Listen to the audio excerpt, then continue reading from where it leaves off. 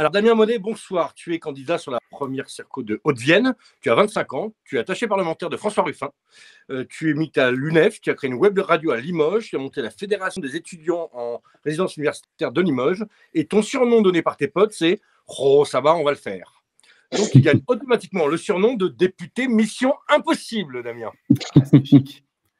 Est-ce que ça te convient? Ouais, ça me convient. Mais la mission, elle n'est pas impossible, en tout cas, pour aller jusqu'à l'Assemblée. Commence pas à dire non, ça à tu vas y mes arriver, militants. tu vas y arriver. Alors, on enchaîne avec la première question, qui est la question honteuse.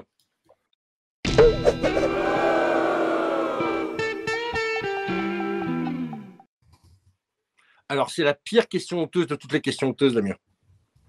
Parce que tu t'es échappé sur le questionnaire, tu n'as rien répondu. Donc, c'est à toi de nous donner en live ta pire anecdote, le truc qui te fout la honte, parce que tu n'as absolument rien dit, et du coup, tu es obligé de le faire en live maintenant. Waouh. Alors là, écoute, si je ne l'avais pas trouvé avant, c'est que j'avais sans doute pas réussi à la trouver avant. Non, ma pire anecdote honteuse, en plus, elle est assez récente. C'est qu'en gros, elle est récente, elle date il y a bien un an. C'est je croise Jean Castex à la gare d'Austerlitz, je crois, entre Limoges et Paris. Et j'étais fatigué et tout, j'avais pris le train de 6 heures, etc. Et je croise Jean Castex et je me dis, putain, mais qu'est-ce que je fais et tout, faut que j'aille le choper, tu vois. En plus, comme j'avais déjà chopé Macron un peu après, plus tard, donc j'ai retenu la leçon. Je croise Jean Castex et là, je me dis, qu'est-ce que je fais et tout. Et en fait, je m'approche de lui, je me suis dit que j'allais l'engueuler un peu. Et en fait, à la fin, j'en sors juste en lui disant, on peut faire une photo, monsieur Castex. Et derrière, en plus, ça m'était déjà arrivé avec Manuel Valls il y a super longtemps. Enfin bref, le hasard de la vie, tu vois, tu te dis, putain, ils me suivent ou quoi. Et et du coup, après, je l'envoie à un pote et qui me dit, mais qu'est-ce que tu fais avec ça et tout. Enfin, je fais, bon, non, laisse tomber et tout. Je supprime derrière et du coup, j'ai retenu la leçon quand j'ai rechopé Macron après vers chez moi, quoi. Ouais. Vous êtes trop politisé, vous, hein. Vous êtes beaucoup trop politisé, oui. J'ai appris à me politiser, quoi. Eh bien, écoute, bravo. C'est une belle réponse, en tout cas. Et c'est le moment de la question Rousseau. C'est quoi la loi que tu veux? Hein? C'est quoi? Alors, c'est la question qui nous a été proposée par Sandrine Rousseau lors de l'émission. L'idée, c'est de savoir, au vu de ta Circo, c'est vraiment au vu de ta Circo et pas de toi, qu'est-ce que tu ferais, qu'est-ce que tu vas faire plutôt comme première mesure ou comme première loi pour correspondre aux urgences des gens qui habitent ta Circo?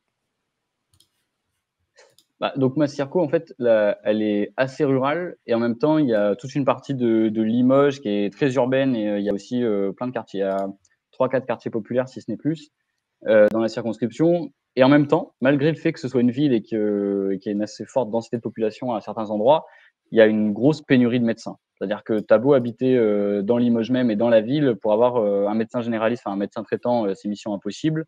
Et pour avoir, il y a plein de villages où les maires, en fait, ils sont à deux doigts d'appeler des cabinets de conseil, etc., pour réussir à choper des médecins. Donc, la première loi, ce serait embaucher des médecins salariés.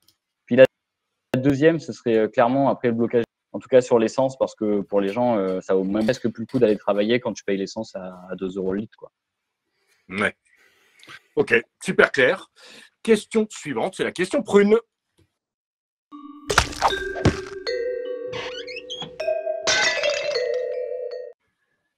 Alors, dans cette émission, on est là pour coller des tartes et on veut savoir dans ta Circo qui tu as en face, comment se présente le combat et si les gens sont bien rassemblés derrière toi, justement, pour les coller des tartes à des concurrents. Alors, du coup, qui j'ai en face? Moi, j'ai Sophie Baudouin-Hubière, donc, qui est plutôt anonyme à l'Assemblée nationale, 0 proposition de loi au compteur. Donc, plutôt inconnue et sur le terrain aussi. C'est-à-dire que, bon, une des raisons pour lesquelles on a mis toutes nos forces sur cette Circo, c'est parce que de base, elle est de gauche aussi et que, en fait, elle est absolument inconnue, que personne ne sait qui c'est. Et donc, on a pas mal de gens rassemblés autour de nous. Et d'ailleurs, il y a une petite anecdote, je sais pas si ça vous l'a fait aussi, j'aimerais bien savoir si pour les autres gens, ça leur fait dans leur Circo. Et moi, quand j'ouvre le tract, parce que du coup, j'en ai récupéré un, ce qui est drôle, c'est que ce soit dans les mesures, il n'y a pas la retraite à 65 ans, il n'y a pas le RSA conditionné, dans le bilan, il n'y a pas la suppression de l'ISF, il n'y a pas la baisse des APL, et surtout, vous savez qui c'est qu'il n'y a pas non plus dans leur tract? Macron. En fait, Macron, il a disparu, quoi. Genre, c'est-à-dire que, pour lui, ça doit être un coup dur, tu vois. Je veux dire, en 2017, Macron, il fallait le mettre partout. C'était le Golden Boy. Il t'assurait tout de suite un boulot à 5 000 € par mois. Et en fait, maintenant, c'est la honte, quoi. Il s'est fait friendzoner par tous ces députés En Marche qui maintenant n'osent même plus le mettre sur leur tract parce qu'ils savent. D'ailleurs, ils ont même changé le nom, tu vois. Il n'y a même plus En Marche. Maintenant, c'est Ensemble. Et d'ailleurs, je pense que les camarades qui sont à Ensemble doivent vachement apprécier le changement de nom.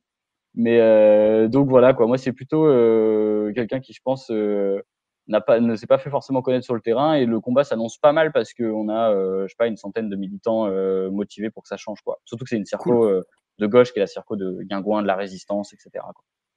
Et à droite, comment ça se présente? T'as LR, RN, Reconquête, il y a toute la panoplie? Ouais, à droite, j'ai LR, RN, Reconquête, je crois, mais ils se font assez discrets, en tout cas dans la circo.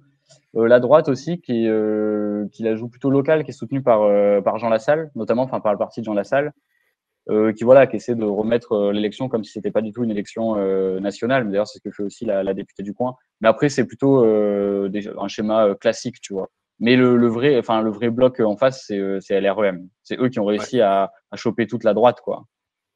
Et toi, Ils ont aujourd'hui, avec tes vraiment. militants, la tactique, c'est quoi? Tu attaques le bilan de la députée sortante, ou est-ce que tu n'argumentes que sur le programme de partager? Non, nous, il y a les deux. Il y a d'une part, il faut attaquer sur le bilan de la députée sortante, qui en fait n'existe pas, quoi. Il n'y a pas de bilan. Et ce qu'on dit aux gens aussi, c'est d'une part le programme, mais aussi on dit aussi aux gens, en fait, au-delà du programme, en fait, on veut même pas. Moi, je vous promets pas la lune, quoi, mais juste avoir quelqu'un qui vous représente dignement, qui va se battre pour vos intérêts, qui va faire porter votre voix à l'Assemblée, puisqu'en fait, ils ont été muets pendant 5 ans. Et après, donc voilà quoi. L'idée, c'est au moins de montrer aux gens qu'on est là et qu'on fait campagne. Et en plus, ça fait longtemps qu'on fait campagne.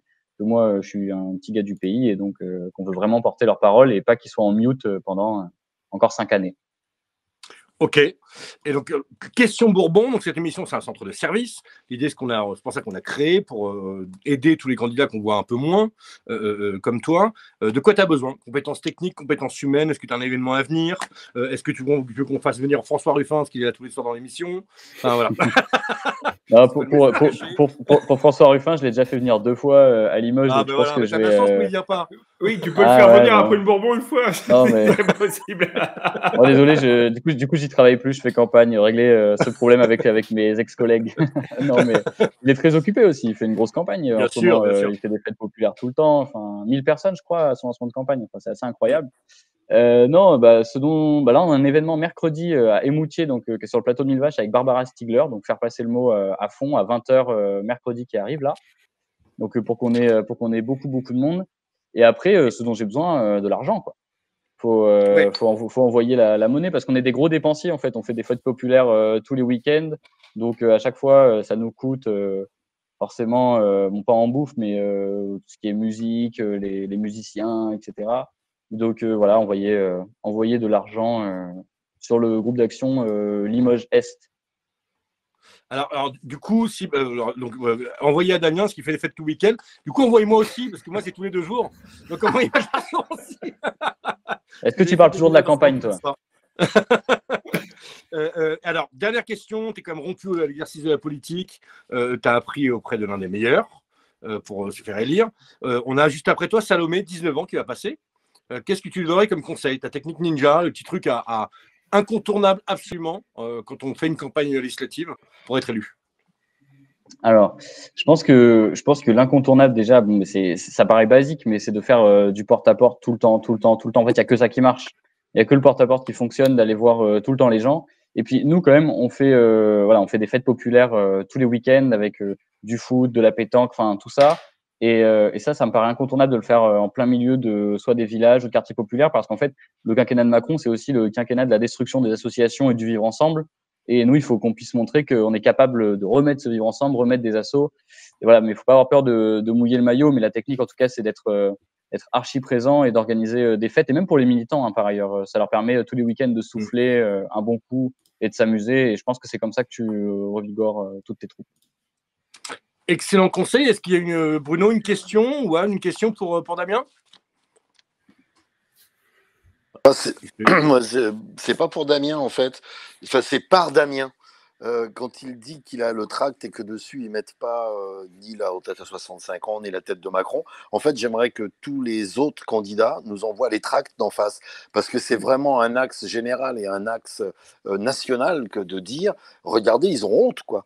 Parce que je suppose qu'il y en a quand même 2 ou 3 qui doivent mettre la tête de Macron, parce qu'ils savent, ou ils espèrent être. Mais si tu mets pas sur le tract les 3 seules mesures qui ont été annoncées dans le programme, c'est la retraite à 65 ans, envoyer les gens bosser 20 heures par semaine pour le RSA et couper la redevance, Tu mets quoi? Qu'est-ce qu'ils mettent sur leur Ouais. tract? Nous, on a tellement à mettre, mais eux, ils mettent quoi? Qu'est-ce qu'il y a sur le tract, par exemple, de la tienne? Je sais pas, je regarde, attends, parce que l'autre jour j'ai regardé, mais c'était bon sur le bilan, c'est quoi qu'il en coûte, tout ça, quoi. Et ben là, Hmm. tu vois, je vais te sortir quelques phrases, mais service public, amélioration de la présence de service public. Bon, tu vois, Oui, c'est plutôt fou, quoi. Nous, les postes, ils ont fermé, donc bon, peut-être que c'est pas de ce service Ouais. dont elle parle. Non, mais tu as 2-3 trucs, mais c'est toujours tout à fait flou, tu vois. Planification de la production d'énergie sur le territoire. Mais bon, ça reste relativement flou. Alors, il y a aussi poursuite du travail sur la prise en charge de la dépendance. En même temps, il n'y a pas eu de travail, donc je ne sais pas ce qu'ils vont poursuivre. Mais et il y a ça, mais il y a aussi un autre point, tu vois, c'est que sur les députés LREM, par exemple, dans mon coin, en Haute-Vienne, il y avait 3 députés LREM. Il y en a qu'une qui est restée. Les deux autres n'ont pas été réinvestis par La République En Marche. En fait, ça veut dire que du coup, celle qui reste, c'est vraiment celle qui a tout voté, qui est à fond avec Macron, Ouais. qui votera tout encore pendant 5 ans. Et je pense que c'est important que si vous êtes face à un sortant LREM, qu'il ne vous fasse pas que, enfin, parce que l'argument nous qui sortent, c'est un peu, ils essaient de se prendre pour des trublions, tu vois. Non, s'ils sont là, c'est Ouais. vraiment parce que c'est vraiment les macronistes pur jus qui vont voter tout ce que veut Macron et qui seront en randonnion derrière lui. Donc, ne serait-ce que dire aux gens, avoir un député qui va pas faire tout ce que veut le président et avoir un vrai contre-pouvoir, je pense que ça peut jouer et que c'est important. Mhm. Bah, Très bien. c'est-à-dire, c'est ce que j'essaye d'expliquer souvent, c'est que la loyauté est plus importante chez ces gens-là que la compétence. C'est-à-dire que tu prendras jamais quelqu'un de compétent qui va te dire peut-être à un moment où tu te trompes, tu prendras quelqu'un de loyal qui va fermer sa gueule tout le temps et qui va voter. Ouais, c'est bien de Ouais. dire ça aux gens. Ouais.